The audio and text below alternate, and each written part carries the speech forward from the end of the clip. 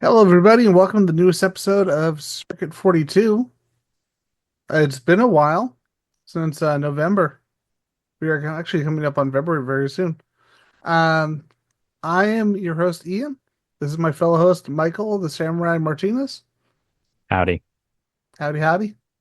And yeah, it's been a minute. There's been a another chaotic election. We have fallen off of another social media platform, which we'll be touching on near the end of the show. And we've been going. We are now on a new one. And before that, for everyone out there, before Michael, I wanted to give a summary. I want to give you an idea of what's been happening. I'm going to be playing that for you now. All Oh right. god. So we're If going to get this that is ready. this is fucking Mac and me. Why would I do that to you? That's so 2024. Dude, I've grown since then. Yeah, we'll see. I will figure out Zoom and then I will grow or something. I don't know. Here you go. I swear. See, it's a classy movie. It's a classy movie. I'm not gonna do that to you. I'm not gonna be that kind of friend. All right.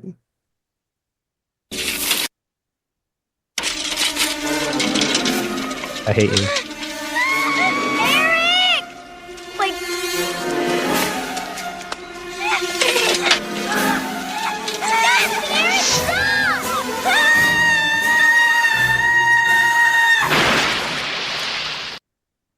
Hey, it's Dennis Valentino. Surprise. It's classy. It's French. Yeah. It's French Canadian, so it doesn't really count. That's I really feel like we're gonna see a that's Dune Tooting resurgence. getting Oscar nominations. We're gonna see a resurgence of Mac and me clips once they introduce Professor X in a Marvel Rivals watch. Yep. Oh, speaking of that, What's up? Jen and I had an idea. We are going to eventually find a Maccabi one sheet and send it to you so you can decorate your new apartment. Oh god. A nice frame and everything. Thank you. Talk to Stephanie, our other Circle 42 host who lives in Canada. Be like, hey, what's the best you can get us on a custom frame for Michael's? For Michael. I'm okay. But thank you, I guess. So what are we talking about tonight, I'm Michael? Outside of Mac and me. So we're going to be having a show dedicated to essentially movies where winter and snow really play a big part of it. This is our winter show because it is really fucking cold lately. Oh, you mean because of the global warming and the destruction of the environment that's going to be perpetuated by our new fucking overlord? Probably, yeah. Yay! There you I go. mean, There you I'm go. I've been feeling it here and I'm in the Phoenix area It got cold and as 22 here in yeah, San Antonio. it gets bad. Like Cowboy country, man. I'm like a desert rat, so I can't really take the cold. I really hate like wind chill is like the bane of my existence. I can't really take cold wind at all. It just like cuts through my clothes and yeah, I'm down to the point now where I'm wearing like the fucking like the long johns It's like underneath finally in my the 60s pants. here. It's finally back to the It's 60s. not fun. And But north of here, it's in the 40s by like an hour. oh nice. But yeah, we're gonna be talking about a couple of different movies here. Ian picked one, I picked one, so we're gonna be diving into these. It sounded like we were talking about it a little bit before we started the show, and what I picked was diving into 30 Days of Night. Yes, 30 Days of Night is underrated as hell. It really is. I mean, people don't really remember that just to touch on this real quick, it really feels like and not to be like one of those guys. It's kind of like, back in the day things were necessarily better or whatever, but I feel like studios were like a little bit more braver. Yeah. See, like Ian knows. But studios, sorry, not Steven. Studios, see, he always gets his shit signed. Look at that. He's getting his shit signed. So I feel like studios used to be a little bit more brave when it came to like adapting different types of properties back like in the early 2000s, Well, and this movie like benefited from that. remember a comic book special that we did, the where we instead of doing Marvel and DC cartoons, we were doing cartoons based on things like Wildcats and Bucky O'Hare and The Tick. And it's like, holy crap, there was a window apparently. Like the fact that Yeah. Cadillacs and Dinosaurs got a cartoon and there were titties in it. I'm like, you go, Cadillacs and Dinosaurs, you go. Yeah, there's such a focus now on just kind of like focusing on adapting like the stories from the big two. Maybe like a little bit of like Image or Vertigo will slip through, but like 20 years ago, people were, especially after, X-Men and Spider-Man hit it big, they were trying to adapt like every little thing. And so we don't really see a whole lot of like comic book horror adaptations these days. And this really came out when, studios were just snatching up everything and trying to see what would stick. I did a little bit of research on this, and so it turns out this movie actually began as a movie pitch that didn't really go through. So Steve Niles, who did the writing on it, and Ben Temple-Smith were trying to pitch this, and it Oh, didn't go Ben through. Temple-Smith did the artwork for free for the first issue, by the way. Yeah. Yeah, that's how So hard they were pushing to try to just get this out there. they were trying to get this concept out there, and I actually did track down the comic. I guess the comic, if you have like Amazon Prime, I think it's one of the ones you can get for free. If you don't track it down physically, you can get it on Kindle. So I read it and I watched it recently, and I feel like it still holds up. I mean, this movie came out in 2007. It really, I kind of expected as I was reading through the comic because I wanted to be able to make some kind of like basis of comparison between the source material and the adaptation. What was different, and what kind of things that they expanded on and what things they had to cut. And the story is only 3 issues long. So it goes through the main plot points like very quickly. And I kind of expected the opposite.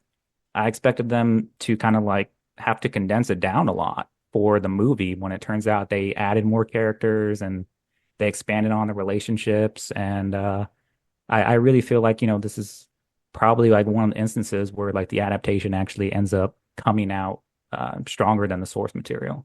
If I remember, I actually read the up to the first three miniseries, and I also read um the crossover that they did with the X-Files. That was written by Stephen Niles, and what's the first name we had from Tool? The something Maynard. They actually wrote that together. And in the second story, they actually reference was it Billy? What was the name of the cop? The one played by Manu Bennett? Yeah, that was Billy.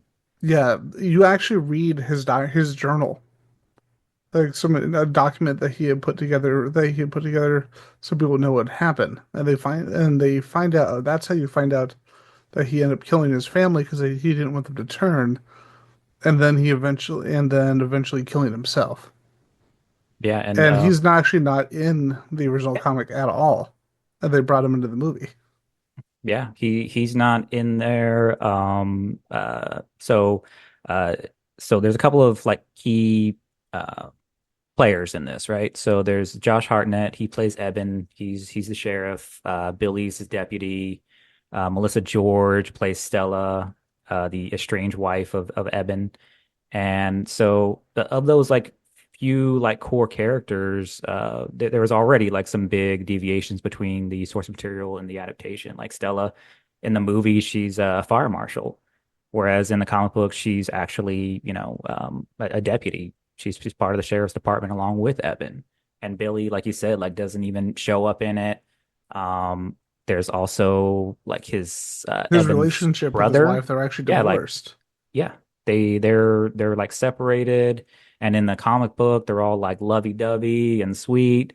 And also a couple of key things like Danny Houston, who plays like a very menacing leader of the vampires, His character Mark. dies partway through. He's basically second in Yeah, command. yeah, like he's not even like the big honcho of the vampires. Like he sets it up, but he is not actually like the big head honcho, the big main villain who ends up fighting Eben. So there's a lot of key differences. They also added Ben Foster, who I always love. Now He's his like one of my character favorite character is actors. in the now here's the thing: the Stranger is in the original comic, but there is a key difference between the Stranger. Yeah. in this and the stranger in the comic. I'm sure Like you're in going to mention that. he's like a lot more he's shorter, he's wiry, he doesn't have any kind of like he's actually kind of pathetic and he's not enhanced in a way like some of other like familiars are, but in the comic book he is. I honestly thought he was a vampire when I first read the comic. Yeah. So he and the movie starts out and he's like scouting out the town and the vampires arrive on this like derelict like ship that's kind of like cruising in. Whereas like in the comic book, the vampires they do a lot more talking. They're speaking in English. It's indicated that it's more like a raspy type of speech, but they're still communicating. They're actually using the internet and there's this whole subplot in the comic book where there's like a mother and son who are kind of like tracking the vampires and tracking their communications, and they kind of uh, decipher their emails. Like in the movie, they're depicted as much more like feral. Now, They have question for you. I've so only had the original.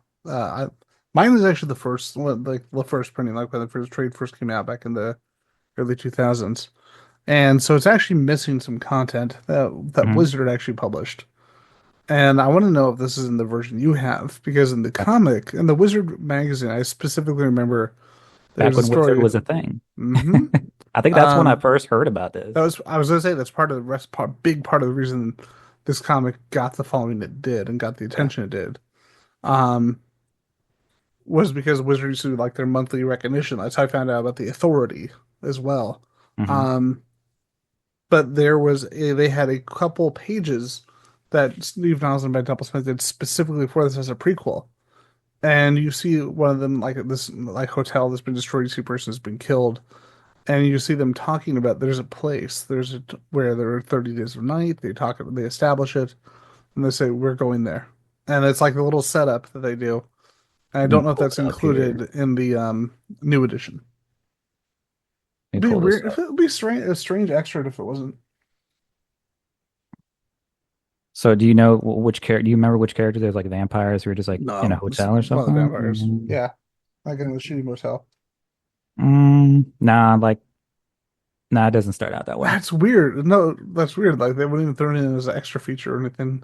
But yeah, apparently it was something that they did for that one issue of Wizard, and I wish I had kept it. Yeah, Um, and I always thought that was kind of cool.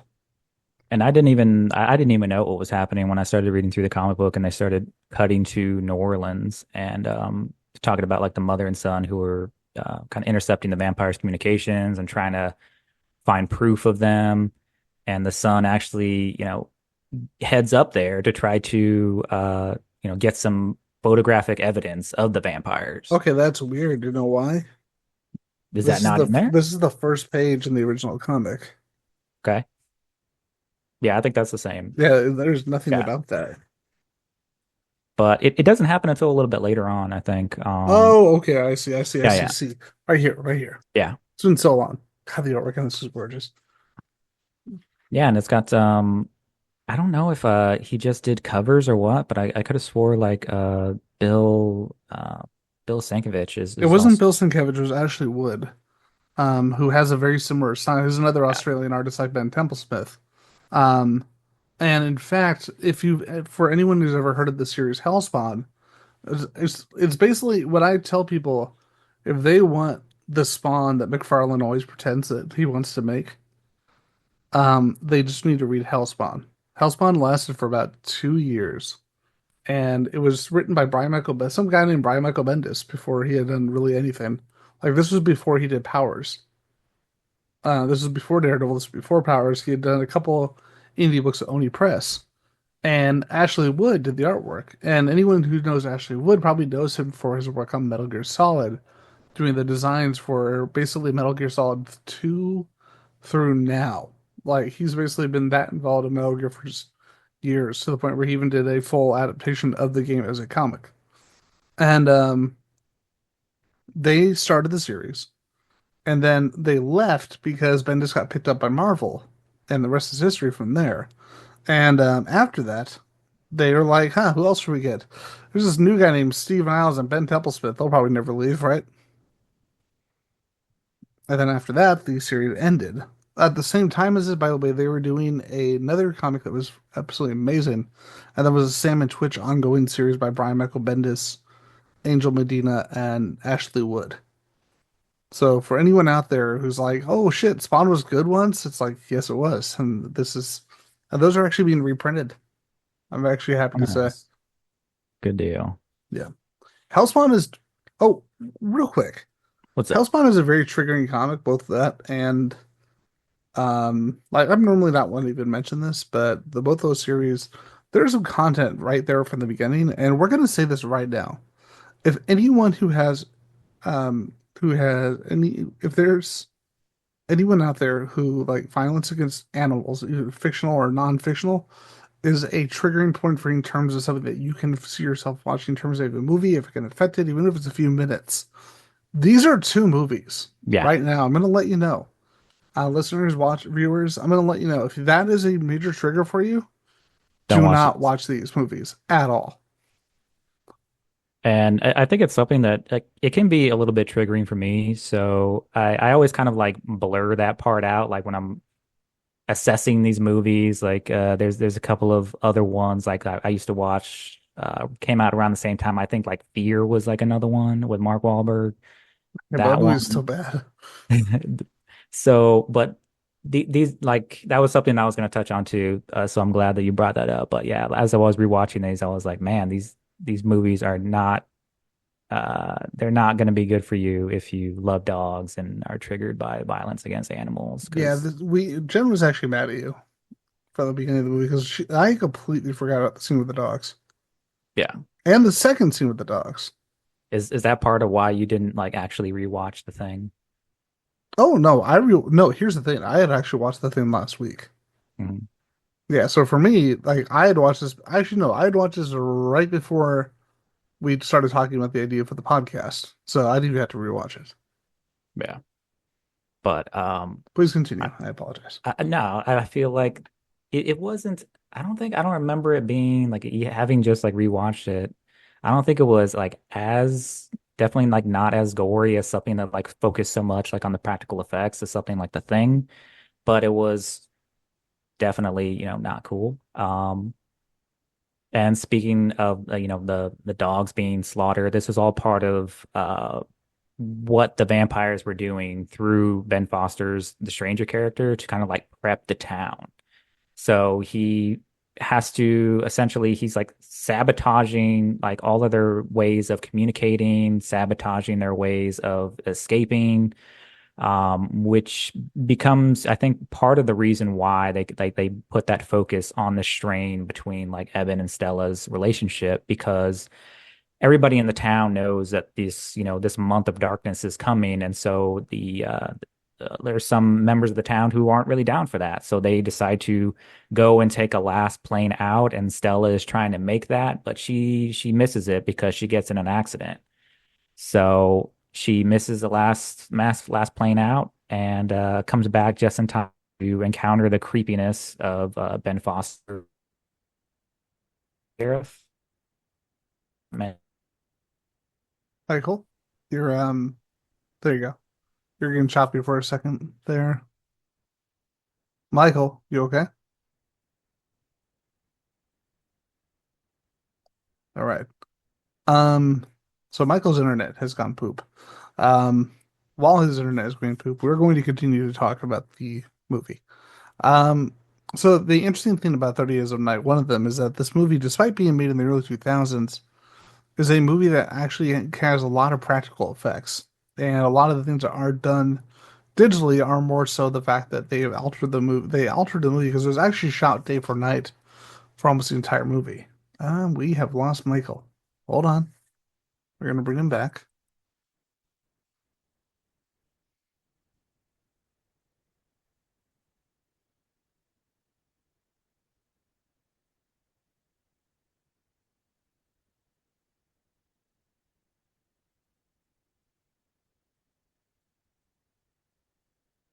Okay, we are messaging Michael back. Hopefully he jumps back on the show soon. If not, he is fired, and that'll make me sad. That and I'm not very good at doing this by myself, so I kind of need a co-host.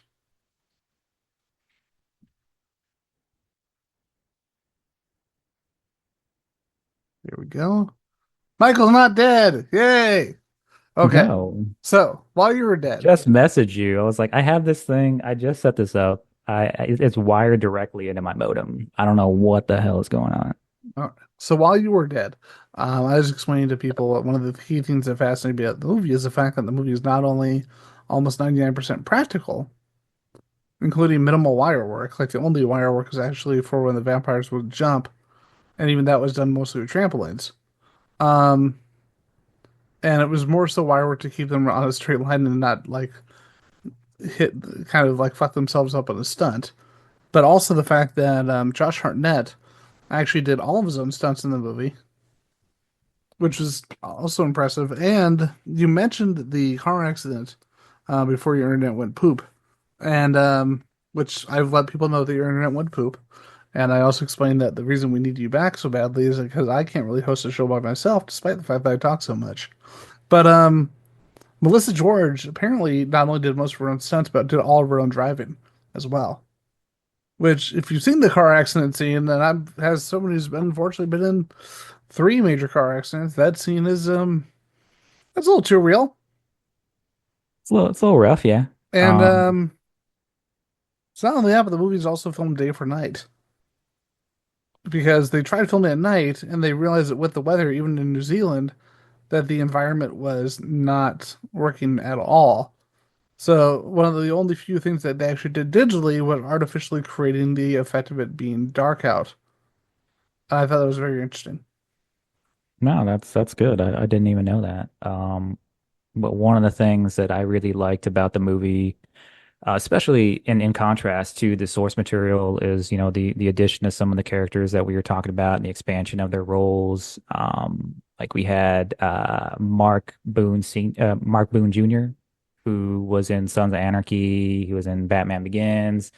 He's always popping up. It has like a lot of good character actors in this movie. He plays this guy named Boo. He's basically the town curmudgeon. They add, like I mentioned before, Evan's brother Jake. They've got his grandmother Helen, who's there. They also added like some dimension to some of the survivors who are going through this attack by the vampires. And I got to tell you, like when I first saw this movie, and you got to remember this movie came out around the same time as like when all of the like Twilight movies were coming out. Year So before. yeah, like we were seeing like a very different take, let's call it, on how vampires were portrayed in this movie, and I just appreciated the brutality of it and the fact that these vampires didn't really conform to a lot of like the traditional constraints of Now, some of the Michael, yeah. w with that, as we continue, So do me a favor. Go on IMDb, look up David Slade, director of 30 Days of Night. And for okay. those listeners, as viewers, let people know what major movie he directed after this. Oh God, I feel like this is not gonna go well, is it? Before this, he made a movie called Hard Candy with Patrick Wilson and Ellen Page. A very good independent horror movie, and part of the reason he got picked up for this movie. But what was the next major movie he made? Let's see. Are we talking about Major, you said, right? Mm-hmm. Okay, so we're not going to talk about Meat Dog. He made Twilight, the Twilight movie Eclipse, That's right, the third Twilight movie. which is, and he also directed an episode of Breaking Bad. And Good he for was him. also a producer on shows like Hannibal, which Michael hates. I don't hate it. I just like, I'm not as See, in love Michael with said it. I hate Hannibal. I'm not as in love with it as everybody else. It's Now, just, that's just it. now, by the way, with 30 Days of Night, um, we made $75 million on $30 million budget, which is actually a pretty successful, especially for a genre movie, for an untested genre movie. Twilight Saga Eclipse made Probably made more. $698 million on a $68 million budget. And apparently, both critics and fans were like, this is really good. What happened? And then the next movie ongoing, they're like, what the fuck is this? Yeah. Yeah. Um, but he did such like a good job of like capturing the soul of like the appearance of the vampires who really, they have black eyes, they have like these like razor sharp teeth. They're kind of like land sharks basically. As Jen And said, it's very unsettling because of the fact that they look so angular, yeah. which I thought was a perfect description.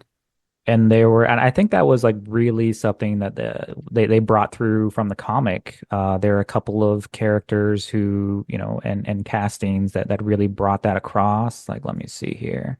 Well, I'm pulling it up right Um, now. Especially, yeah, like there's a couple of them that are like pretty close to what the appearance was. Like there was this one gentleman. Let me make sure I look up and get his name right. Or rather, I have it in my Are you notes. talking about the one that looked like Marilyn Manson? Oh, like what is his name? Like I think this is that only was his the only funny major thing is role. like they actually had names and listed as I was watching it, and like it does this little But they thing on don't list top. them until the credits. Yeah, yeah. So what was his name? Spooky. Let's see. You could tell because it's his profile picture is this movie. What was his name here? Let me track this down real quick. Otherwise, I'm gonna feel bad for not giving him like proper Zuriel. Yeah, that was his name, John Rawls. He played Zuriel, who had that very like angular look. There's He and also the this female vampire had the perfect look for us. oh yeah, her name was Iris Megan Franick, it says, or Franich, I believe, played her. Yeah. She had a really great look. She played like basically like the partner of Marlowe. And there was also that other gentleman. I just looking him up right now. I think he mainly does like stunt work, but he really like brought that creepiness to him. Like Andrew Stellan, he played this other creepy vampire named Arvin. And really like the thing that like the I think the scene that really like made me feel like this was going to be a really creepy and like hardcore movie was the first scene where like Arvin he dives through like a dining room window, just grabs somebody and rips them out of their house. And it was just like, holy shit, like we are so used to like the vampires who need permission to enter or something like that, but these are just like straight up monsters. Can I? Okay, I'm gonna say something What's up? because you know how we go to see Deadpool and we're like, oh, this is a good movie that clearly no child should be at, and then we see a bunch of people with kids at Deadpool or Yeah. Logan. When I was going into Logan, and I immediately saw a family just leaving 20 minutes into the movie with their kid exiting the theater completely. And I'm like, you are sensible adults. When Yeah. this movie came out, I actually got to go to a preview screening because my grandmother, her direct immediate neighbor at her condo complex, was a person who ran the what's the major theater chain in Arizona? It starts with an H. Harkins. Harkins. He basically ran the promos for Harkins, and so he said, "Yeah, I don't have anything to do with these passes." And it said that it was what was the Harkin, what was the major Harkins here? Mesa, Mill Avenue before Mill Avenue was garbage. Um, because Mill Avenue sucks now because it's just condos and trash. Um, but the cool benefit of this was I got the same kind of little passes everybody else gets for free screenings. But it's like, oh, guy, such and such. Okay, get up in front of the line. So me and my two friends got to get up in front of the line. I had to go to the movie. And as I'm walking by and sitting down, I see a 4-year-old. Like what looks to be a 4-year-old with their dad. And I'm like, in my mind, I'm just like, you are the least responsible person I've ever seen. Good This luck. this was a screening or what? This is a preview screening because Ah, everyone goes to preview screenings. And I'm like, why? Why? I think this person may have outdone Logan family. Because at least Logan family left. I think and they were there the whole it time. is a little bit weird because usually like when they have like these preview screenings, like sometimes they're trying to get like feedback or make sure that like they're targeting like specific You've been to Arizona preview screenings. demographics and like what is the benefit of having like a 4-year-old take up that seat? This is the city whose major premiere they're excited about was X-Men Origins Wolverine. So because we won that contest. God damn it! Did you? Yeah, Um, Arizona won that contest, man. They won that premiere of X-Men Origins Wolverine with Mr. nobody, Ryan nobody Reynolds and Hugh won. Jackman. Nobody won when it came to X-Men Origins Wolverine. My friend did. She got to hug Ryan Reynolds real tight in front of his wife at the time. Maybe that's what caused that Wow. divorce. Who knows? And speaking of X-Men Origins Wolverine, Danny Houston was that in that too. And Ben Foster was in X-Men 3. All sorts of actors in crappy X-Men movies. Boom. Yeah. I'm sure there's more like 6 degrees of Kevin Bacon shit here. 6 Degrees of Josh Hartnett. What? I don't know. Okay. So back on track here. So Oh, Ben Foster absolutely fucking kills this movie in yeah, this movie, by the he way. really Same with Danny does. Houston.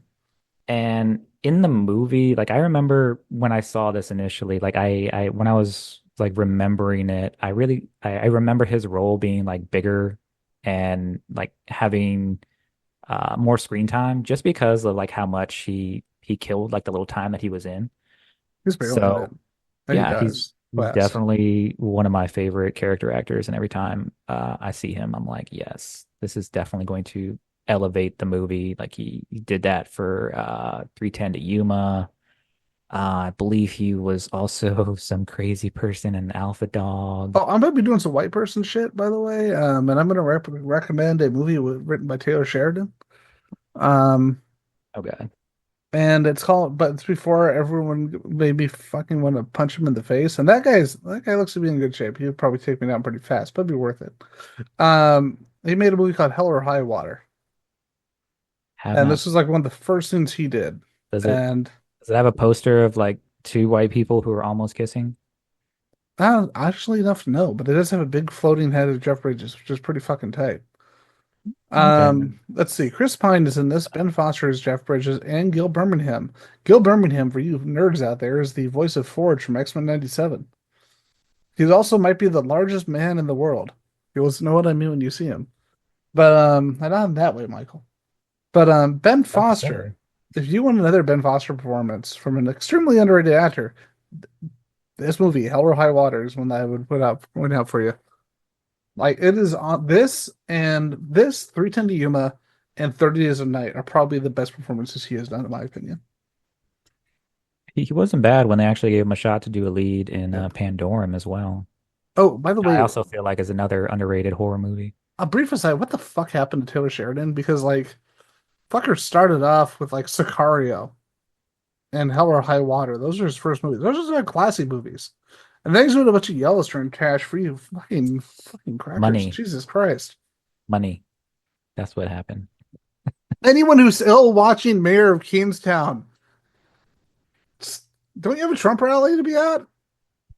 Jesus. Seriously. Also, Jeremy Renner, what the fuck? What happened to Jeremy Renner? Jeremy Why do you Renner's the always like? star of Mayor of Kingstown. Oh, okay. I was The, about to the say. reason the reason I know so much about fucking Sheridan shows I don't watch is I'm just because glad I that like that was the thing that you revealed about him. I was like, oh shit, you just segued to Jeremy Renner from like it's Trump because Paramount supporters. Plus exists and it's all that they want to advertise to me, no matter how much Star Trek I watch. I'm like, yes, the guy who watches fucking extremely liberal Star Trek all the time clearly cares about fucking Taylor Sheridan. You fucks. Yeah. So besides that, let's continue with 30 Days of Night. Oh, okay, We're back, we're back baby. on track. Uh speaking of bloodthirsty monsters, the vampires, not the Trump supporters.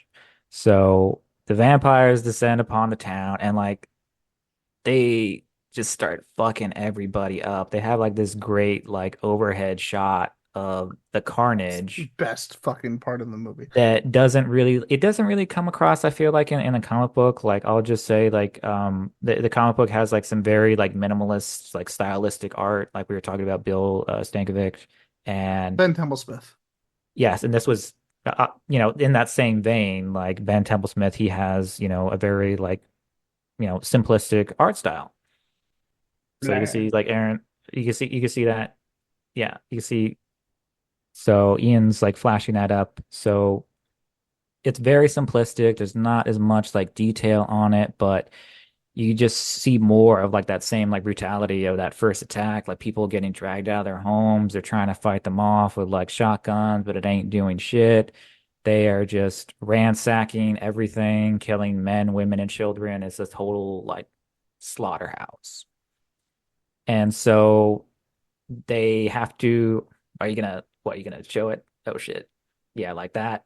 That was just like a great shot. And that just another one of those moments where they did let you know that they were not fucking around in this movie.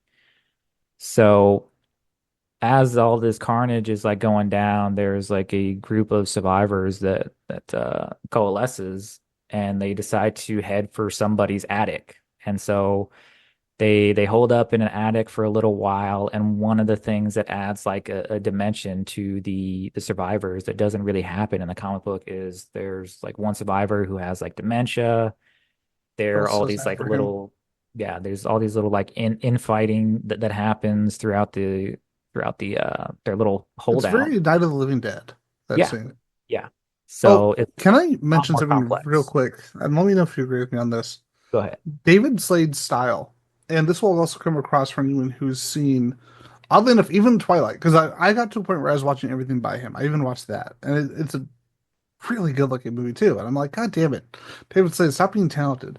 But anyone who's seen the show, this movie, or seen Hannibal, or seen Hard Candy, or hell, even seen Twilight Eclipse, he is what I call a clean, chaotic style where he has this very sleek, very sleek, very intentional look to his movies, which at the same time, which is so contrasted because of the chaos that's going on. And even though there's chaotic scenes, everything still feels very clean. Everything feels still very laid out. Like this is a person who clearly knows the shot that they want to have, and they make it work, and they make it work very, very well to the point where I know some people could argue that a style like this is almost a little bit stilted. I don't agree because it feels very planned out. It feels very prepared, but in a good way. Does that make sense? Yeah.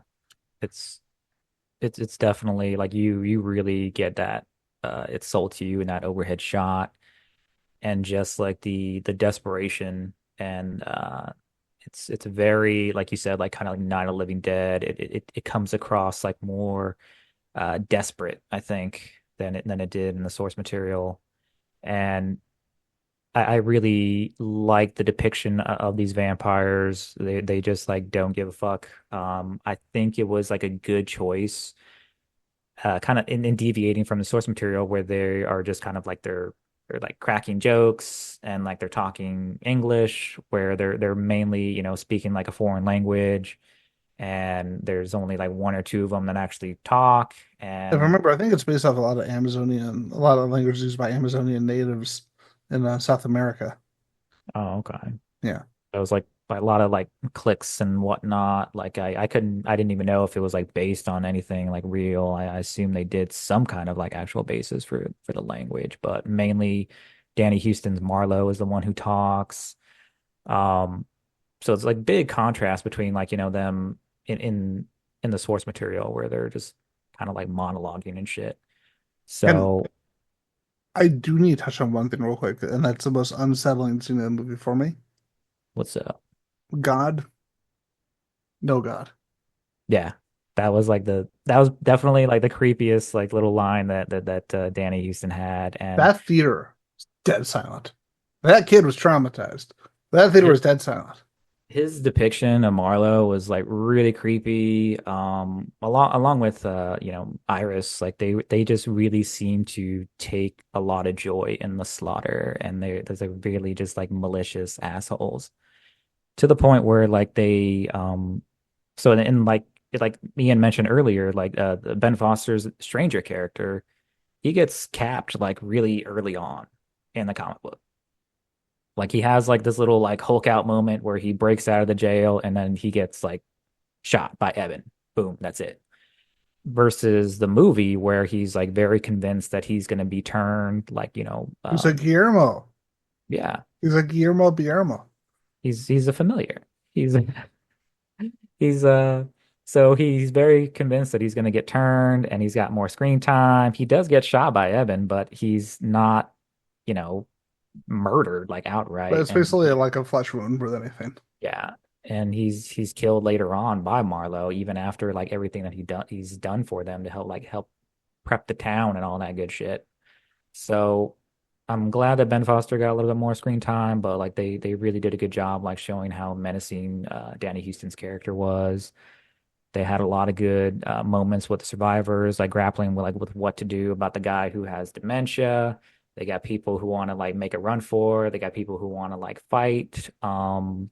So the character of Bo, like Mark Boone Jr., he goes out like a G, trying to in one of the moments where they're trying to distract like the vampires, while other people like try to make it back or make a run for it, and he's mowing down vampires in his little like Fucking thresher, love that scene. It was awesome with the shotgun. and then hitting them with the shotgun. So like he might have had like the highest vampire body count, but in the end it doesn't do shit. Like he tries to like take him out, but then he ends up getting stomped to Can we death in talk like about another brilliant change? brutal The scene. scene with the UV light.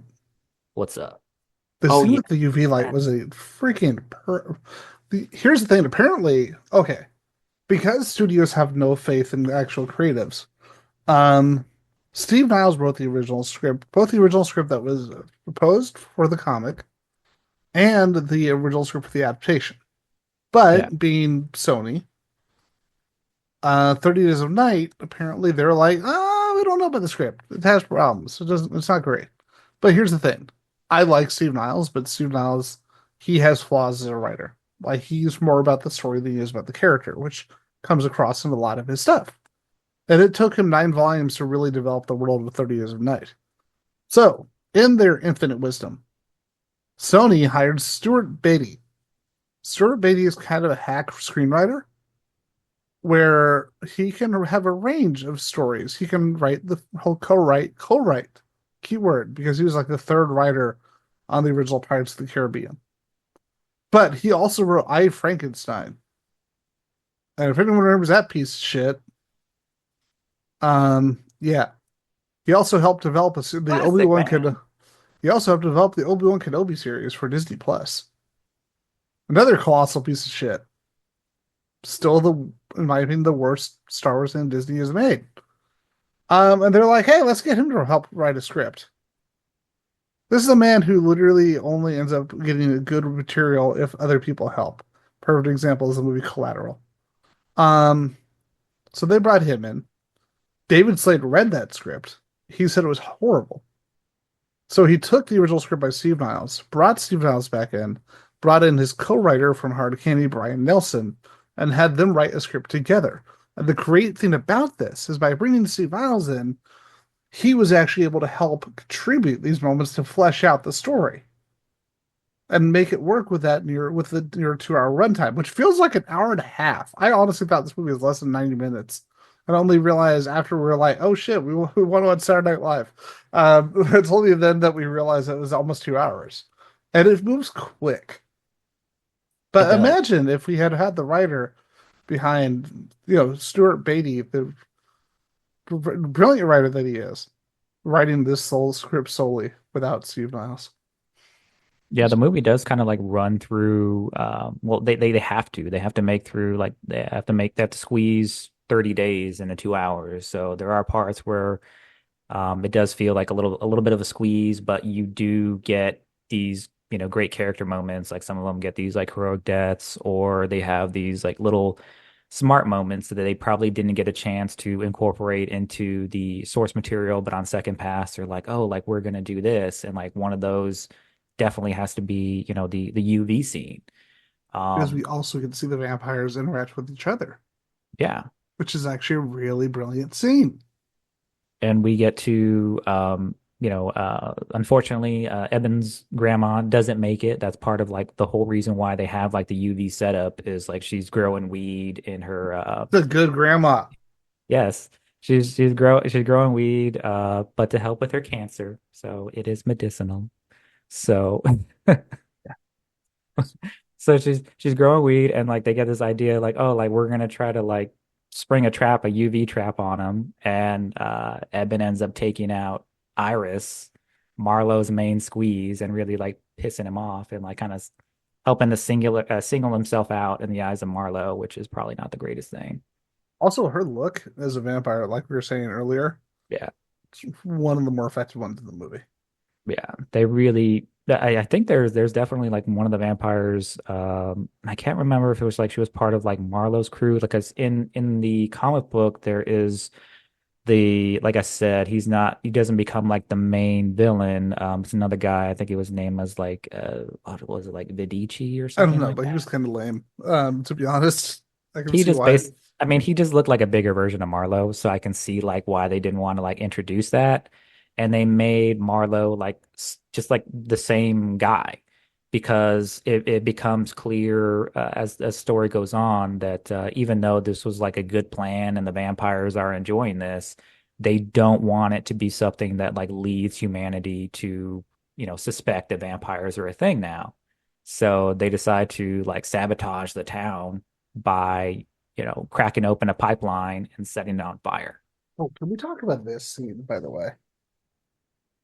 That creepy little girl and Yeah, they did bring that across. how freaking well they executed that, and how close to the comic they executed that. That was that they definitely there were certain lines where you can tell like like since it was some of the same creatives who worked on the comic, they must have been like really adamant about bringing that across to the big screen, and they were just Minus the giant Pepsi machine. yeah, that. Can we talk about the giant Pepsi machine? Sure. So Pepsi got a hold of them Okay. because they were sponsoring a sponsor for the movie, and they were Uh-huh. like, "Oh, we'll put your name in it." It's okay, cool. We don't want our name, our brand, to be in the scene where the little girl gets her head cut off. So since Pepsi Max was the thing they were pushing, they were like, "You can put regular Pepsi in there. We don't care about Pepsi anymore, but don't put Pepsi Max in there." We can't tarnish the brand of Pepsi Max. That's gonna live forever. But apparently, Pepsi, aka Crappy Coke, um, that could be in there. Yeah. That's one of that's one of the things that me and Ian will agree on here is like Coke is obviously superior. And then RC Cola isn't fair at all. But this little girl, like she really gets it. She gets decapitated along with a bunch of other And vampires. I Like, love man, how over the top that scene is because it contrasts the tone of the rest of the movie because they're trying so hard and her performance is not very good. and Her she's line read is this like really bad. creepy little girl who gets like offed by I Evan's just brother try Jake. not to laugh when we're watching the movie because her It was, delivery is it so was a little shitty. much. It was a little much. It But reminded me of Silent Hill. Silent Hill, Silent Hill. It's the same tone right there, except her performance the rest of the movie is solid, unlike this little actress. And shocking, this is the only role that she's done. what Yeah, I know, right? She had subtlety in her line delivery. is basically vampire Meryl Streep, but as a child. We are assholes. That child sucks. Oh, I love the tattoos, by the way, if you look close, you can see the Yeah. tattoos on her arm. And I love that because like, oh yeah, this has been a vampire for a while. And I'm like, that is a cool little detail. Because most terrible child actors don't have a lot of tattoos. Yeah. I guess it was just one of like the little things that kind of like sets it off. And like we were talking about Manu Bennett's character Billy, like they find him later on. He's after they've been, kind of like scavenging and trying to run, and I think they don't spot him until like it's like a few days until like day 27, I think. And they find him and This scene was so sad. he signals them as they're holed up in the sheriff's office, and like they go to his house, and he's killed his family in almost like a very mist style fashion. Like he kind of like kills his family before they can be taken by the vampires, and says like the only reason why he didn't commit suicide is the It's because the gun gun jam. jammed. By the way, speaking of The Mist, can we talk about something? I'm going to talk about Suicide Cottage first because The Mist is a good movie. Okay, This movie made me realize that the father from The Mist is a kind of a jackass. what's Or the Eben made me realize that because Eben's like, hey, you know what? Shit's fucked. But if we think about it for a second, I can find a way of helping people while sacrificing myself as opposed to myself after I've killed everyone else. Thomas Jane, because no one remembers the name of the dad from The Mist, so his name is Thomas Jane, who is a Oh, really nice guy and also friends with Steve Niles and a really good comic book writer. I actually read that, by the way. It was good. Yeah, But th that's why you see like all these memes that are like, "How impatient are you?" And then there's like a caption of him like sitting with the people about ready to off them all. dude, that was just. I mean, hell, when I was trying to get Legend of Zelda: Ocarina of Time back in the '90s, I mean that was the same situation in our car. Well, I'm glad you didn't murder anybody over it. Yeah, I was 12. But no, like you're talking about, Evan gets the idea essentially to like inject himself with some of the vampire blood because one of the things that comes across like a little bit better in this movie is like we have a couple of characters who do get scratched or bitten and they start to turn, but they retain some of their personality, which is great because, Eben thinks that he can fight off whatever's infecting him long enough to make a stand and help save Stella, who has rescued like a little girl. Now they're trapped as the vampires have set the town ablaze and they're about to, die essentially. They're either going to burn to death or they're going to get killed by these vampires. I'm gonna bring up a moment with this scene that works significantly better in the comic, the way it was done because of Ben Doublesmith's artwork and Hmm. the lighting and how dark, literally visually dark that scene is. I can smell your blood. It's Yeah, so much creepier because that of the was way that scene was done in the comic, with just that the was white of one the of the ones eyes that and just made the it. black and gray. Yeah. And the way the scene was lit, oddly enough, what I talked about with David Slade and his team, it doesn't work nearly as well. It's delivered well, it works well, but you have this very clean shot where everything's very lit, and then you have him saying the exact same line. But when I described it to Jen, I said there's a scene where it's almost completely involved in blackness. Except that, it works so much better. Hey, I'll be right back. I need to go do one thing.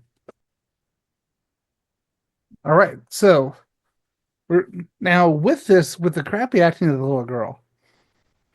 That I'm brings sure us. we haven't talked about that enough, by the way. I know, right? That brings us to the. We're gonna get some hate mail from this little girl and her parents. She doesn't exist anymore. She's an actress. You know what? It's better to be a failed actress in Hollywood than it is to be a regular actress in Weinstein Productions in the 90s and 2000s. Yeah. There you go. Just ask Rose McGowan. Oh God. So moving on from that, So let the movie starts to like we kind of like started to talk about one of the elements that was carried over from the source material where um Eben gets this idea to inject himself with vampire blood to give himself like a fighting chance against the vamps as the time is running out. They're on like their last day, but the vampires are trying to go scorched earth on the town. So he injects himself. He does that moment where he's like, I can smell your blood, and he squares up with Marlowe. The fight seemed to be, a lot more one-sided, I think, like in the movie. But really, I saw it the other way around. I thought the comic is actually more one-sided because he just kind of walks up and beats the shit out of them. no, because like he started actually, I think in the Actually, you know what? comic book, he started to, he Oh no, started to you're like right. He does kind of fuck kind him of like up a little bit. He's he fucking up fucks him Evan a up a little little bit. bit, and he starts like killing some of the other vampires too, who are just like standing around. And but in the movie, he really seems like he is gonna get his shit stomped. But they hit the But iconic scene. They really did. yeah, he eventually kills Marlowe by just like punching like straight through his head, which is like one of like the neatest things. That was part of the movie, and then the rest of the vampires are like, "Oh shit! Not only is the sun coming up, but he just like murder our boss. So let's get the fuck out of here." Hashtag dead. Now, before you touch on the ending and the way it's handled in the movie, this is where minimalism works really well in certain media, but not well in other media. Hmm. Because the way they handle this, in my opinion, the comic is perfectly done. where you see this image of them with the sun rising in front of them. Yeah. They're holding each other. You see the sunrise, And I'm assuming that's what like why they kind of introduce the and you element of have like this. their strained relationship because like in the comic, they're all like lovey-dovey. We're gonna watch like the last, last sunset together. And then it kind of like brings a full circle for like them watching the sunrise after the 30 days of night are over.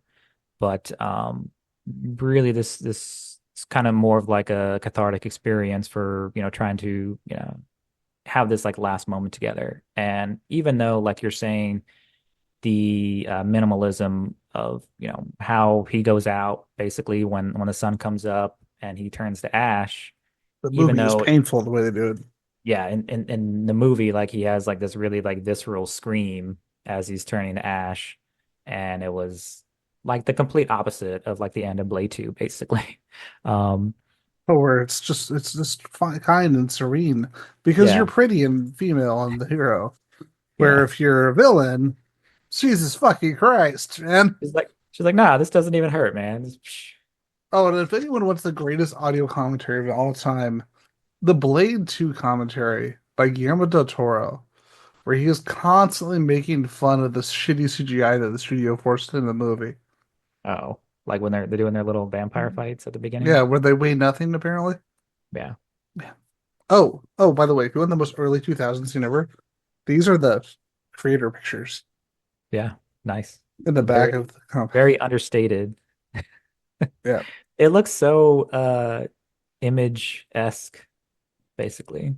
This was IDW, I believe, their I first know. comic, by the way, which is kind of amazing when you consider how much IDW has grown. I know they've had their issues, but for those who don't understand how important archivist work actually really is, especially in comics, the artist editions that you see, those big old like $100 reproductions of original comic book art that are just gorgeous and are worth a penny. I will say that as someone who's owned one or two of those, they are IDW now is largely responsible as an archivist company for those works and those for those collections. But they started after the 30 Years of Night. They started as pretty much the company that Steve Niles built.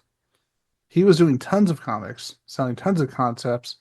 Some of them not as good as others, but one of them called Alistair Arcane that should have been made into a movie and was going to be starring Jim Carrey and directed by Eli Roth and written by Steve Niles. Unfortunately, never got picked up. After seeing Thanksgiving, I'm like, holy shit, Eli Roth has grown as a director. By the way, advice for everybody, because one of the great things about this movie is that it's very gritty, it's very dark, it's very R-rated, and it knows what it wants to be. And the studio, Sony, knew what it wanted to be. Kind of like Thanksgiving. Now, let's look at a company called Lionsgate, a company that used to be known for gritty R-rated movies that made money and had relatively low budgets. And now their movies are $200 million failures, one after another after another. And a lot of people are probably asking a question that's often asked by Michael and various other people on Circuit 42. Ian, what's your point? My point being, um, Eli Roth, a man who's known for R-rated movies, a man who's known for gore and, for the most part, unlikable characters. And a lot of people out there will be like, will say, "Oh, you're talking about Thanksgiving. What about Borderlands? That colossal piece of shit." Are you telling me you didn't like his performance in Inglourious Bastards? Oh, I love his performance in Glorious Bastards, but he is a treasure, especially this year. Um, this is what happens when you bring in a director. Tell them the movie is going to be R-rated because the video game is mature rated. Oh wait, don't tell them any direction at all, and just tell them to do their script of their movie, and then they get it to you in 2022 from what they started in 2021 with an R-rated movie, and their logic is very clear. It's a mature rated video game, so it makes sense it would be an R-rated movie, and then tell them after all the preliminary shooting, oh yeah, well we want a PG-13, and then that director leaves because it tells you fuck off Felicia. There's no by Felicia. That's all old and done. This is fuck off Felicia. And gets they get the he works with another director who we mentioned Deadpool earlier. Director of Deadpool, Tim Miller, and director who would go on to make the most beloved Terminator movie of all time, Terminator Dark Fate. A movie only slightly less disappointing than Terminator 3, a movie only bastards love. Love you, Michael. Um, and they are like, oh yeah, you hack ass director, redo the movie and fix it. While Eli Roth left the movie and was like, I'm gonna go finish working on Thanksgiving. So what does that teach us? Studios, shut the fuck up. Either communicate or don't communicate and let the director do his job. That's how you get a movie like 30 Days of Night, which while it didn't make $100 million, it still made $75 million on a $30 million budget. Instead of Borderlands, which, what was the budget on Borderlands, Michael? Probably a lot. And I'm not sure there's ever been like a good instance of them taking an R-rated movie and turning it PG-13. Let's see. Because obviously the studio who got famous because of Saw and took risks on movies like Cabin in the Woods that weren't going to be made or released, at least, and have become this studio. Let's see. Borderlands had a budget of $115 million. Oof. It has made worldwide $32 million. Literally slightly over the budget of 30 Days of Night. It has a Metacritic score of 26 and an IMDb score of 4.6 out of 10. Just saying. Wow. Not a good move. I think I did you see Borderlands, by the way? Did you I start didn't watching it? have time to waste. I think I tried watching it the other day and unfortunately I fell asleep. That sounds about right. But don't worry, you can stream it on everyone's favorite streaming service, Stars, which is owned by Lionsgate. Because when no one else will pick up your movie, put it on your own broken shit. That's how it works these days. Yep. So Seriously, the fact that speaking, Sony does have a streaming service kind of carries me. moving away from these shitty movies, let's talk about a classic, Let's talk about The Thing. The Fucking Thing. 1982, Kurt Russell, fucking Keith David, Wilford Brimley and his Beatus, John What was that? Carpenter. Fucking classic. A classic that was torn apart by critics when it came out, called just disgusting. Roger Ebert personally apologized for his review of the movie, decades later, of course. The movie at the time made $20 million on a $15 million budget. It has since then become a celebrated science fiction horror film and written and directed by John Carpenter with a butchered score. Oh, I'm wrong, by the way. I have to give credit where credit's due. It's written by Bill Lancaster and based off a story by John W. Campbell Jr. Um, it is a remake of another great horror movie, another great alien sci-fi movie from the 50s called The Thing from Another World. And it is based off the short story Who Goes There. The Thing from Another World was a very interesting movie when I saw it originally because I was like, I watched it long after the 80s version. I'm like, oh man, that guy looks like he is on fire and running through a small space with a bunch of actors. How did they do that? Oh God, he was on fire and running through a small space with a bunch of actors. That seems dangerous. Um, Thankfully, on this movie, only one thing caught fire, and it was during one of the major effects sequences. And as John Carpenter said, while the special effects actor Rob Bottin, a fucking treasure and a man of very few words because he is a bit socially inept by his own words. You may know him also for the effects in The Howling by Joe Dante. And he is the creator of the masks from Mission Impossible. Except in the first movie, it was all practical. Now, this movie is a classic. This is probably one of the most well-written, well-directed movies I've personally ever seen. I have seen this movie hundreds of times. There was a point where I saw this movie 7 times in a week when I was living on my own and dealing with depression between jobs. And the greatest part about it is because my mind was so fucked up because of my emotional instability at the time. That, mind you, not only from losing my job, but also having suffered a car accident at the time, right prior to then, that I didn't realize how many times I watched in a row until I sat down. I'm like, I've watched this 7 times. I should probably not watch it another day in a row. I was going through some rough times at the beginning of Circuit 42. I don't know if that's been made prevalent during this brief description. Um, on a happier note, we are going to talk about something because one of the things that people always forget about the movie The Thing, because they always talk about how it's the Glengarry Glen Ross of horror films due to all male cast. Everyone knows that, and clearly the best way to remake it is to bring in a beautiful and talented person who's odd choice to replace Kurt Russell in the prequel slash sequel slash remake, 2011 Mary Elizabeth Winstead. Um, How and did you feel about that, by the way? Did it you is a that's a piece of shit for another day. Um, but the other big thing is the fact that we've never seen the actual creature. We've never seen what it looked like. And there was a comic book adaptation of Who Goes There called Starstream. It's a sci-fi anthology called Starstream. It's a first issue. And for anyone who's ever wanted to see what the thing looks like, anyone who realizes that curiosity sometimes should just go away, are you gonna pull it up? I am going to pull it up. God, I don't think I've seen this. That What is what the thing looks like. Right what there. the fuck, man? We were better Um, not knowing about this hilarious Muppet. yeah, that's This Muppet definitely. mixed with a mop. That is the Oh, creature from the thing. So I back to the movie. I don't have a whole lot of words, man. That's pretty terrible. So I recently rewatched it. I haven't seen it as many times as Ian has. Go depression.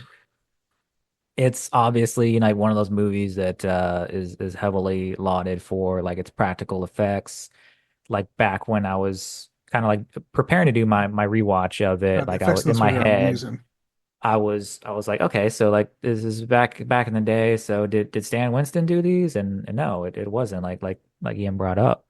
So very impressive practical effects. Once again, just to reiterate, this is like a movie where if you are triggered by any kind of like animal, you know, cruelty, abuse, death, don't watch it because there are a Oh, lot Ron of Montino also worked on RoboCop Total Recall and Seven. Just want to put that up there. I mean, yeah, that's he's obviously knows his shit. So the movie it's based in Antarctica. They've got this like science like station and like it starts out. I always forget like the movie starts out with the fucking the spaceship crashing. I don't know why. Oh yeah, I and always by just the like way, blur it out. how the heck did that thing fit in that side of that spaceship? That's a tiny spaceship. I always imagined that that ship crashed into the ship from Predator coming the other way. Which spaceship you talking about?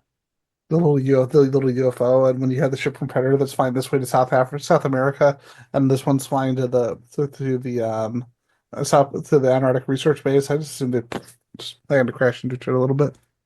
Oh, I don't know. Are you mixing up the spaceships? I'm talking about the UFO from the beginning, the UFO looking ship from the beginning of the thing. Okay. Oh, Well, and that and one more thing to throw out there for Mr. Bottin.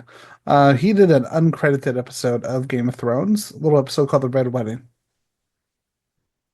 not a big deal. Just like one of like the, you know, most And celebrated. Mr. Deeds with Yeah, Adam that Sandler. what kind of special effects works did he do on Mr. Deeds? Competency. To make the What did movie he do? seem competent. I He failed. guess.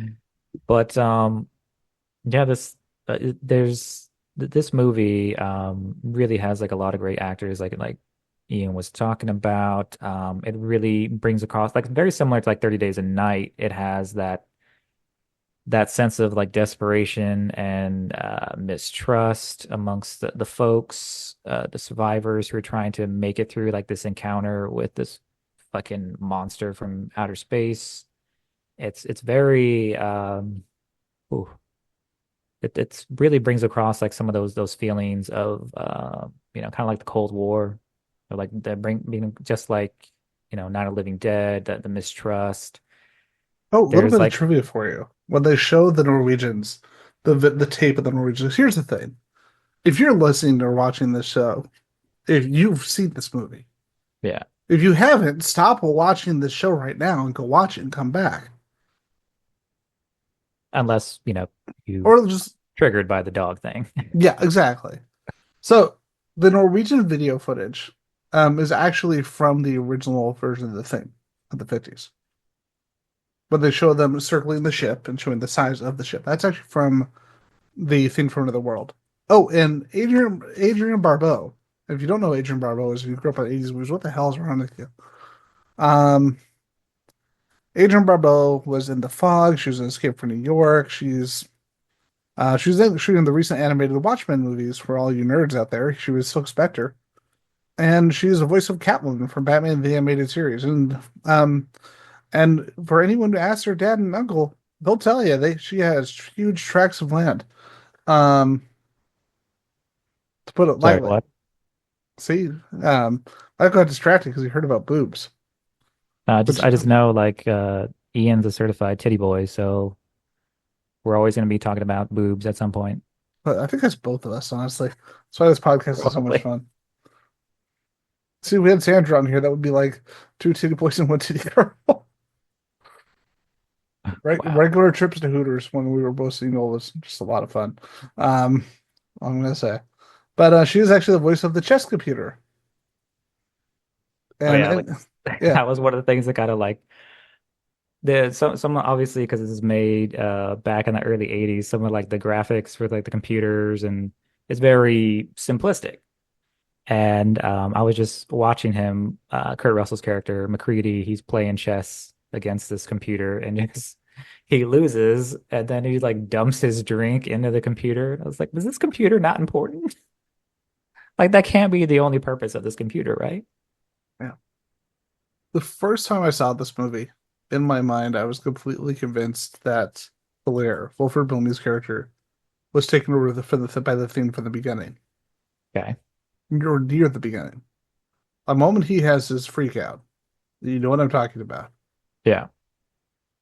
I kill you. The moment he has his freak out, that was the moment I thought, oh, he's clearly been taken by the thing. But then when you listen to what he says very carefully, you realize he is telling them everything that he has read about the thing, all the research that he has done. And if it wasn't for the fact that they thought that he had lost it, if it wasn't for the fact that they put him in the little shed by himself, he probably wouldn't have been taken over by the thing as soon as he was. Yeah. And considering the Blair monster is one of the biggest threats in the movie, I thought that was very interesting. Yeah. Oh, and last thing, there's a very now John Carpenter. I actually got to interview John Carpenter a long time ago. It was a text interview. It was not as elaborate as I would like to be, but still a good interview. Now he didn't confirm this was true or not, but he did confirm that it was an interesting coincidence that every time you see a character, if you see the light reflecting in their eyes, it's when they're human. And if you don't see the light reflecting in their eyes, it's when they're the thing. It's interesting that the light doesn't reflect in either of their eyes, either Kurt Russell or Keith David at the end of the movie. Yeah. Already getting to the end. Damn. Yeah. Please continue. But as I was rewatching it, so I rewatched it earlier today, just kind of like refresh. There is like a point at which, because there's this thing that happens where, obviously they start to be aware that they are encountering a creature that has the ability to imitate other people. And Kurt Russell's character starts, I think he's kind of like cataloging this or like he's doing like a little recording. He's saying like, oh, somebody dumped like some long johns that were all shredded up in a trash can, and I think it shreds up your clothes when it takes over you and all that. And at some point, I think it is definitely before like the halfway point, they find like McCready's clothes like all shredded up. Mhm. So do you feel like there was ever a point for you where you thought it could have been Kurt Russell? I don't. And the fact that he kills the Blair monster makes that more apparent. Do But you at the think? same time, we see characters in the movie that we find out later were the Thing, killing other entities that were taken over by the Thing. So, Yeah. presumably, to convince others of their humanity. Yeah. So there's a possibility. Yeah, as I was rewatching it, I was kind of like, oh, like I don't remember that part of it. And then there is like certain, because they say one of the things is, they try to make sure that the creature tries to isolate other people so that way it can assimilate them and imitate them and create like a copy. So there's like a point at which McCready like leads somebody off like into like his like little bunker. He's like, "Oh, like I left a light on over there. We have to go check that out." And then like it kind of like fades out in a very similar way where earlier in the movie, because the thing has taken the shape of the dog, and it kind of like walks into somebody's room and it fades out in the exact same way when he goes to be alone, when the dog like enters the room and he's like, "Oh, hey dog." Yeah. So there is that point where he's alone with somebody else, and then it flashes back to the rest of the survivors, and they're like, they've been in there for like 45 minutes. Like, what the fuck's going on? Yeah. So there's definitely, part of it where you could maybe say like, maybe this guy is the Thing, and he's just like so like imitating his part so well, or like he's just trying to like kill everybody else so that way he can escape. This movie makes you just as paranoid as the characters, which is part of what Yeah. makes it work so well. Because we're watching this the whole time and we're like, oh, who's the Thing? Is it him? Is it him? Is Yeah. it him? Are they all the Thing? How many people have been taken at this point? I'm going to touch on something real quick. So, unusual for John Carpenter. John Carpenter did not do the music for this movie. Ennio Morricone did. And anyone who knows their Italian cinema knows Ennio Morricone. He is an icon. He did the music for Once Upon a Time in America. He did the music for the Good, the Bad, and the Ugly trilogy. He's worked on so many different things. And he had never done an American movie up to this point. John Carpenter, very talented director, but the one thing I do agree that was extremely problematic about his work on this movie, he wanted the music to be a certain way. So without saying anything, he went in and he altered a lot of the music. Mm. Because if you've ever heard any other Ennio Morricone music, this doesn't really sound like Ennio Morricone music. This sounds like Ennio Morricone remixed by John Carpenter. Yeah. It And was it was very like Halloween-esque. yep, and it was because of this that Morricone did not trust Hollywood ever again until 2019 or 2016. 2015, when Quentin Tarantino convinced him that when he did the score for Hateful Eight that he was not going to change it because he actually told him. Also, he was actually upset about the fact that he altered his music for Inglourious Bastards when he got the permission to sample it from the studio. And he was convinced, oh, you're going to do what John Carpenter did. And so, if you want a completely untouched score in an American movie, which is so funny because Tarantino likes to play with music a lot too, like Carpenter. But in this case, The Hateful Eight is probably the only American score by Ennio Morricone that he did completely on his own at between 1982 and between Hateful Eight because he did some music, I believe. I could be wrong, but I think he did some music for Exorcist too. I need to double check on that. But between 1982 and 2015, that was the only and was the only one until his death for Ennio Morricone score on a Hollywood movie because of the fact that he felt betrayed by John Carpenter. Oh, I mean, that's probably not a good look to just like immediately just start fucking with his music. Um, I Also, can the only fact that Carpenter imagine did like not how give much himself we the credit. missed out on his contributions like throughout those years. Oh, and weirdly enough, he did music for Mission to Mars, but that movie sucks. So whatever. Like of all the movies to do, random. And Bulworth. Well, what's Bulworth was actually a good movie though. So I've been wrong before. God damn it! I'm just telling you now. Telling you early before all you can tell me I'm wrong. Like, yeah, I'm gonna do Mission to Mars and Woolworths. Dumbledore was actually good. It's just like no one remembers it. But I thought it's like I was trying to come up with like the what could it be like the more random movie, and you that was it. Yep. Um, but But yeah, like circling we said, back the cast and to performances in this movie circling are back to the thing, yeah, there were some really great performances in this. As Ian mentioned, it's basically a sausage party, no women allowed. One of the things that I think was kind of funny is that, and they brought it up, I think, like later on, was how essentially, if you could speak the language of like the Norse Norwegian scientists, they were spoiling it for you. yeah, they tell you everything. Yeah.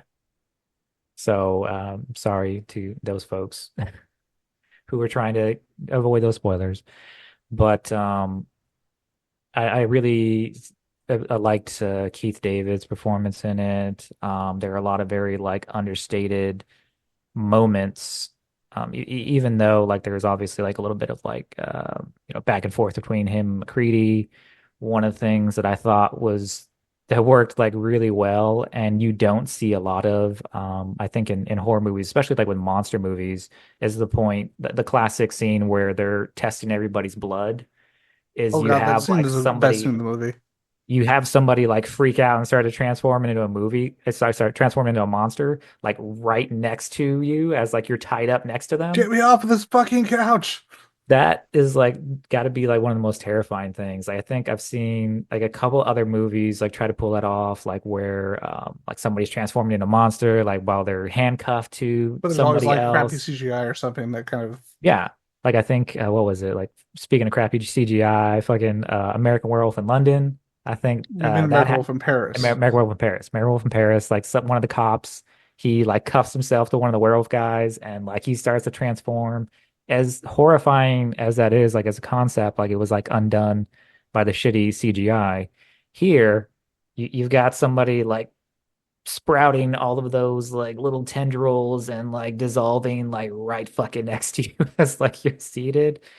Oh, that's just so creepy as a concept. And that's like one of the things that really like stuck with me through that scene. It's like, holy shit, I don't think I can handle that. Can I And talk like about the most disturbing scene in the movie when you're done? which one? There's a lot of disturbing scenes in this movie. Everybody talks about the gore. And the funny thing is there is gore in the movie, Hmm. but there's really not you don't think about the gore during the Silence with the Alien with the thing. Minus, Chumpy Chumpy. Yeah. But also you gotta be fucking kidding me is one of the best lines in this movie. Seriously. Yeah. Um oh yeah, that's when the stage caught fire.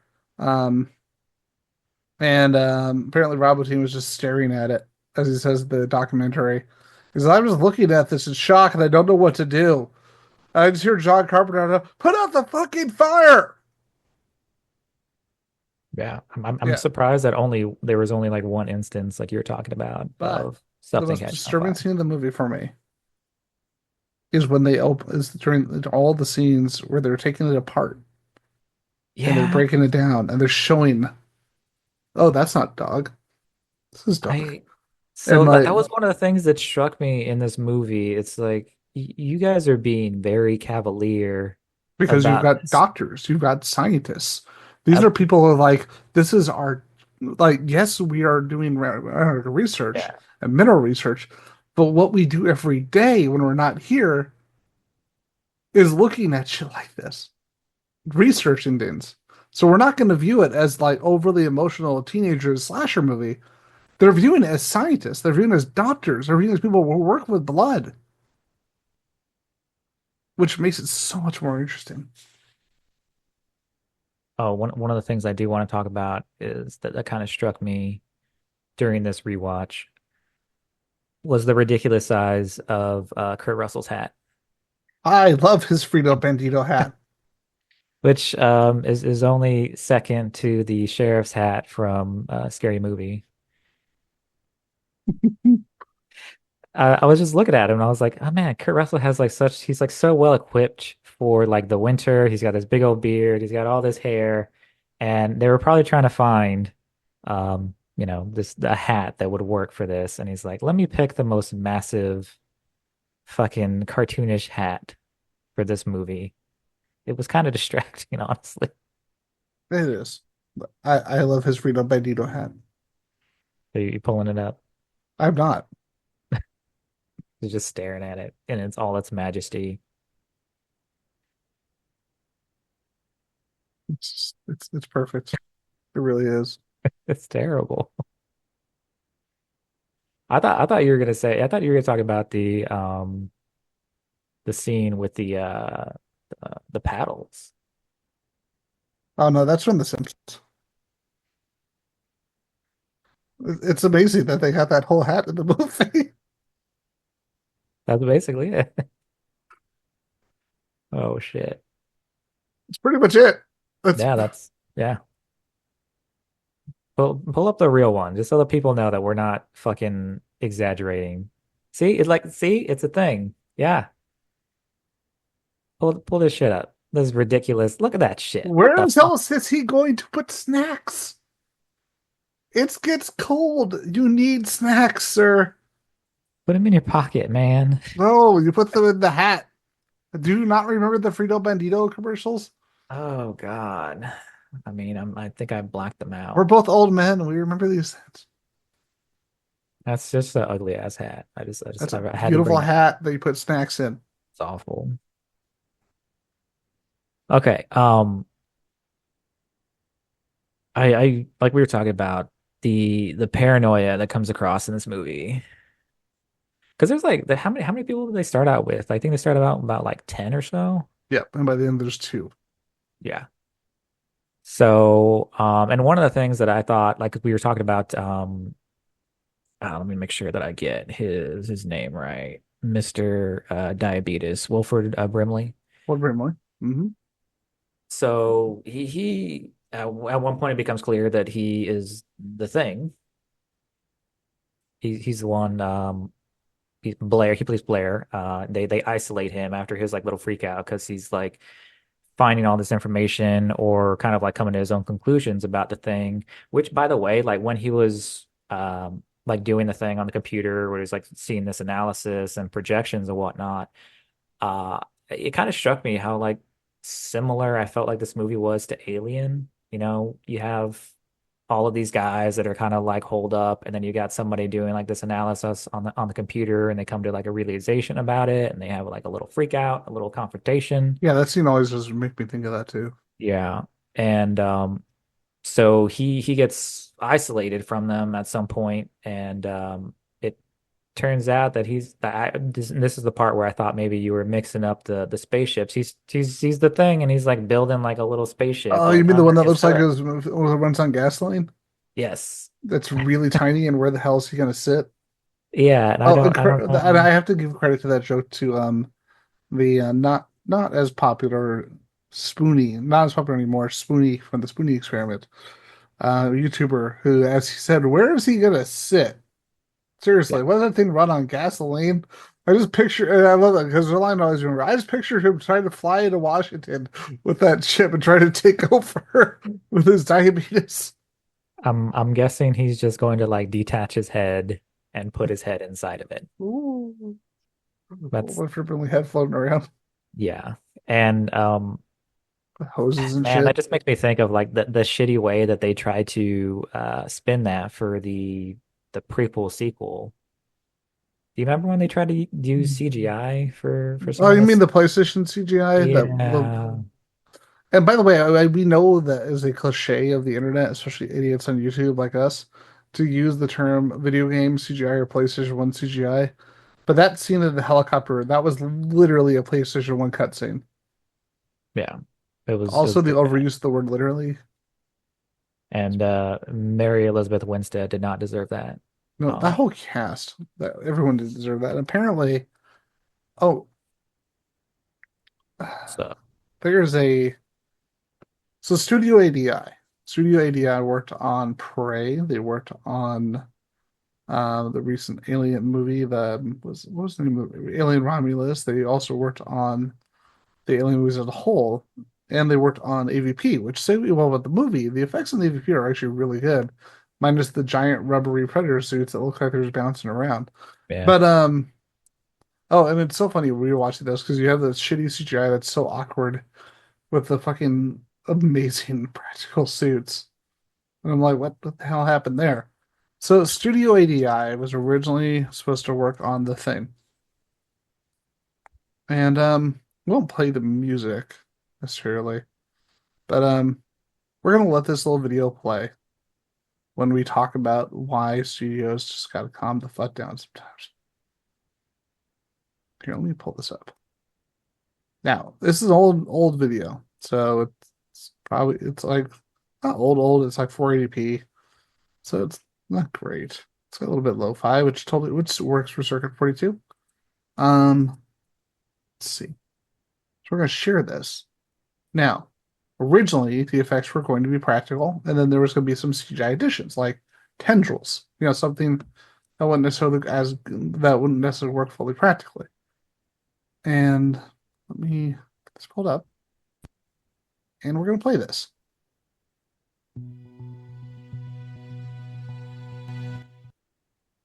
All right. Now, these are the original. These are some of the original practicals that they were building for the thing in 2011. And they were told that it was going to be merging of practical and CGI. And so they were working on it. They were getting everything done. Look how good that looks. Look how freaking good that looks. That that's kind of funny looking, but that's not important right now. So the team from Universal came in as they had already finished all of this, came into the offices and told them that this looks too fake. It looks like something out of the 80s. So we're going to scrap it. And we're going to redo it all with CGI. Michael, what do you think of the effects at work that you are seeing here compared to what we saw in the Thing 2011? I mean, it's so of all when I think about like fan campaigns and like trying to get like director's cuts released, like there should have been some energy for that, for seeing Yeah, the original version with like the practical effects here because it looked very much like like Ian said, like a video game. Like it literally looked like something from one of like the Resident Evil like early 2000 video games that they just kind of shat out. Um, and it gets distracting because look at this shit. Like all of this work that there are like people went, inside those suits. Look at that. yeah, that just kind of makes me sad. Because you remember this scene.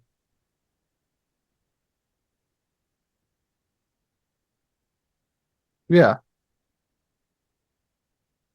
Not only this, but they changed the entire ending. And the studio changed the entire ending. They added a wholly new ending. It made no sense. And while the epilogue that's tied in the original movie was supposed to be there, the entire scene where they found the ship was completely different. There's more details than I can give on here. The YouTube channel Good Bad Flicks actually covers it really well. And like you're looking at this, and it's insane that they would throw all this away It's and to replace it with CGI. such a waste. And then, like I said, this looks like something out of the 80s. We're gonna redo it all. Like they know the only reason why they're making this movie is the success of a movie that came out in the 80s, right? Mhm. Look at that. Look at that. That's the helicopter scene. That's the original version of the helicopter scene. Jesus. So who did the practical effects on this? Studio ADI. Did they If you do look what them else did up, they do? oh, if you look up Studio ADI, you will know their work. So real quick. And they took all the effects work they did for this movie and they put it towards a movie that wasn't a great movie. I'm not gonna lie. It was directed by them. It's called Harbinger Down. It is not fantastic at all. It is actually a very bad movie. But the practical Ooh, effects, Tremors. hmm the practical effects that they took from this movie and applied to that movie. Look at that. Yeah, it's just real, like with the original thing for the 50s and the 80s.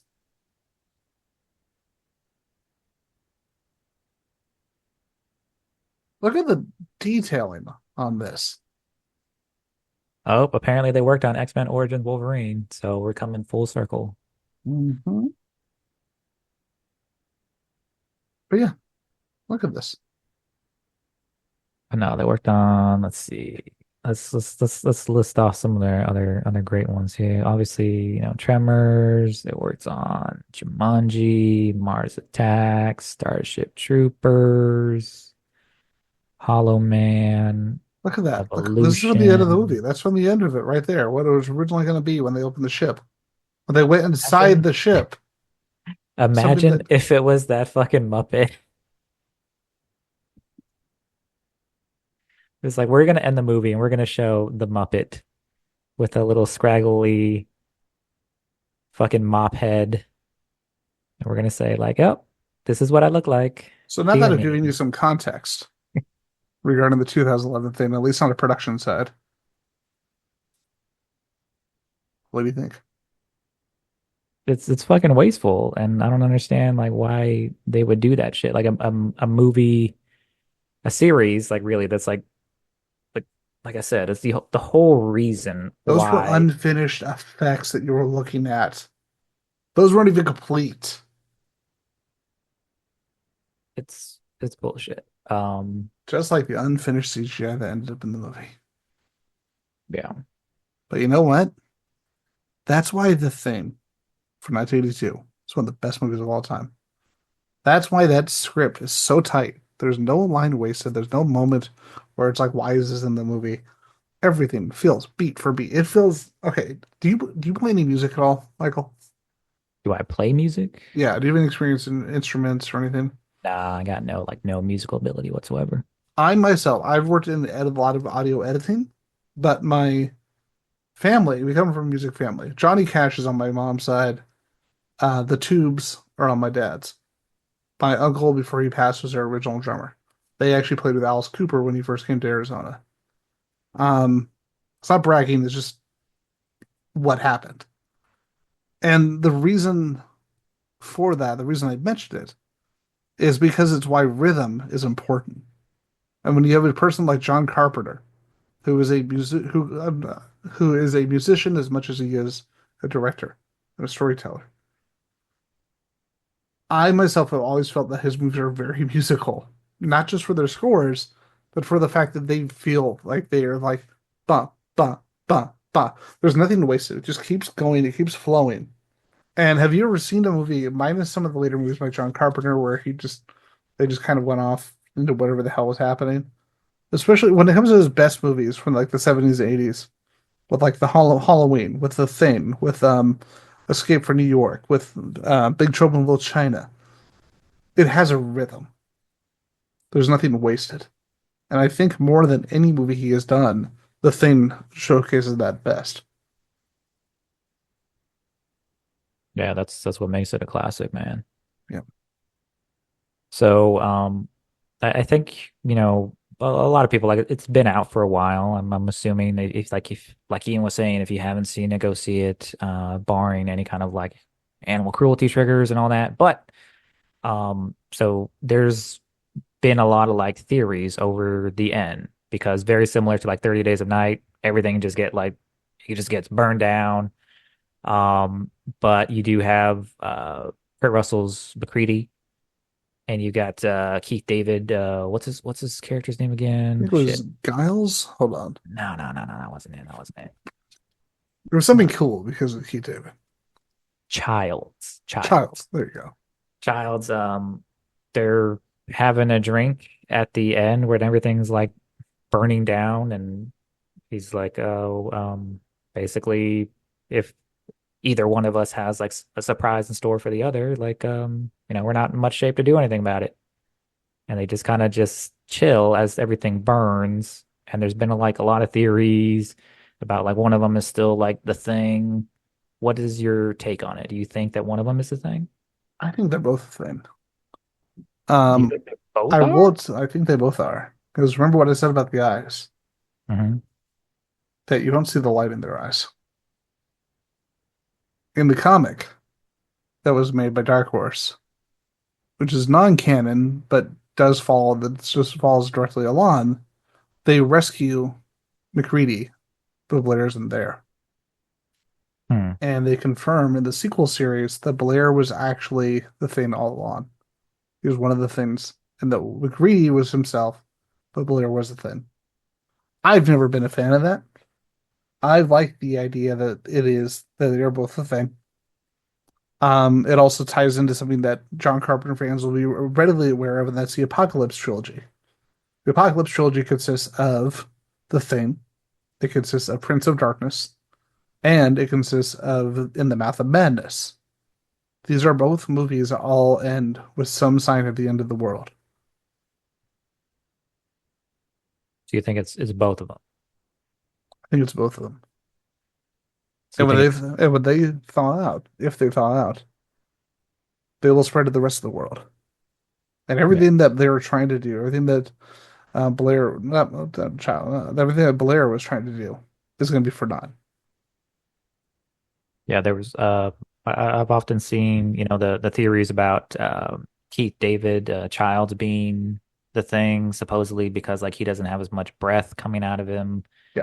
as because it seems like almost overstated like how much breath you can see coming out of MacReady, but upon rewatching, there's definitely a couple spots where like you see the breath coming out of Childs as well. So I think, it just kind of like leans back on kind of like some of the themes that we were talking about earlier, especially around, about the Cold War, were just like leading to like humanity just like distrusting each other like so much. Like, and it gets to a point where even if they both are the thing, it's almost like humanity's in the same way that like the alien, the thing, infected the people.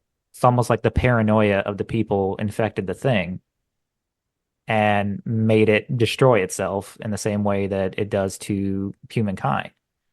So there's like layers to that shit, and it's like it's almost like it doesn't even matter because either way they want to kill each other. They could be anybody's. Nobody trusts anybody now, and we're all very tired. Yeah, Nothing else I can do. Just wait. R.J. MacReady, helicopter pilot, U.S. Outpost number 31. And that that's line summarizes the entire movie. yeah, it strikes to the paranoia and the distrust, and that's one of the reasons why it makes it a classic. Yeah. Now, there's one thing I do want to play for you and the audience before we get everything wrapped up. Okay. Did you have anything else you want to touch on before on the movie before this? Um, no, I'm good. All right. This is something I found on the internet a while ago, and it makes me happy. Is it fucking Mac at me again? It is not Mac. I promise. It is not Mac. I would not do that to you. I am a I kind might. person. I'm a good person. I would not do that. It's not you either. You already played you.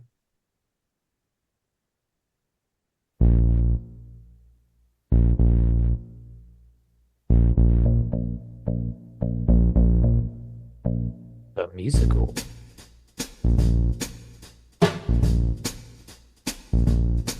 It's cold outside, I've been running for miles, helicopter trailing behind. Hey, it's a camp fate, I'll stay for a while, won't you help a doggy out of a bind? There's nothing to see here, I'm only a husky, your average adorable rover.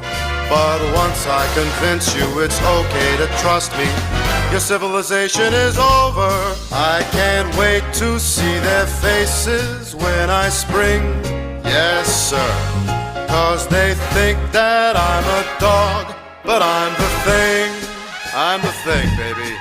Can you tell that I'm not from around here? Fucking hell. Did you know that things are worse than you feared? Cause I've been to a million planets and I can copy you right down to your beard. You can check on your ancient computer. It's astonishing how quickly I spread. You can pick up an axe and go crazy, but I can grow legs from my head. So I might be MacReady or maybe I'm Doc. Blair's been acting awfully suspicious. That Gary's a liar. Be sure to watch Clark and Windows. Well, he's just delicious. So perform your little test. Hey, you found me, I'm impressed. Hate to interrupt your endless bickering. Big surprise, guys, I'm not Palmer. I'm the thing from another world, baby. Oh, you really gotta love paranoia. More than half of you believe that I'm Mac. Once you make up your mind, you can blow me up or you can burn me, I'll keep coming back. I could be anyone, so watch those hands, Doc, ouch. You'll either end up dead or tied to this fucking couch. That's right here.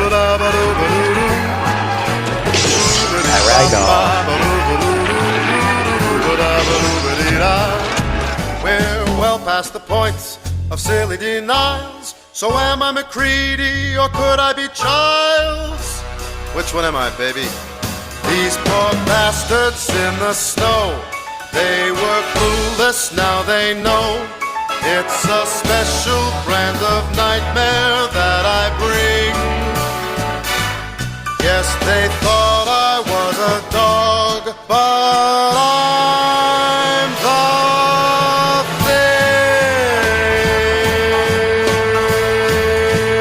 thing. Thank you, Johnny Nice. L. Kaplan. Nice.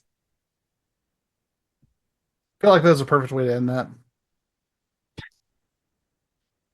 Yeah, like Unfortunately, one of 30 Days of Night is not funny, popular enough to have any musical numbers.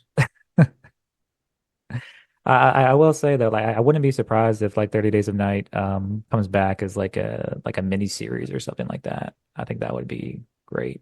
By the way, how is it that a company like Scream Factory or Arrow or hell, Sony themselves have not done some kind of like Uber 4K special release? Because, I mean, we've passed the anniversary of the movie. And the thing had a Scream Factory release, I have right there, and 4K release I have over there. Because I like being able to have the movie and not having to rent it on Amazon. Yeah. Love But Michael. I think it came out in 2007, so we're coming up on the 20th anniversary. Maybe they'll do something. Hopefully. It's a really good movie. Yeah. So, if it gets really cold again, and if you see hear any screeching sounds that sound like someone breathing in and screaming at the same time, or if you see a husky just running around just not being particularly chill, aka just being a husky, let's get the fuck out. Yeah. It's pretty good advice. So, with that, as we wrap up this newest episode and return of Circuit 42 for what is season now? We've been around for what, 14 years now? So, season something. Where can people find you on this crazy, wonderful, wonderful place called the internet? You can still find me on Instagram at Four Ducks Pilot a Man Suit. I did create a blue sky, but thanks to the character limitations, it is just four ducks in a man suit. And you can find me on Facebook, and well, that's about it. I recently got rid of my Instagram. I've killed the joke of getting rid of Twitter because I couldn't stand the Musk of it all, and now I'm simply getting rid of Twitter to fight fascism. And just don't feel like having to dig through all that shit to find a South African diamond. But Fair. you can find Circuit 42 though on Facebook, TikTok, and Blue Sky. And of course, you can listen to us on Spotify and iTunes and whatever other um, platforms you use to listen to podcasts. And of course, you can watch us on YouTube. So, with that, I want to say thank you for everyone coming back to join us once again at Circuit 42. And remember, keep warm. That's how you melt the ice away. That's how you breathe the thing back. It'll work out. Good night, everyone.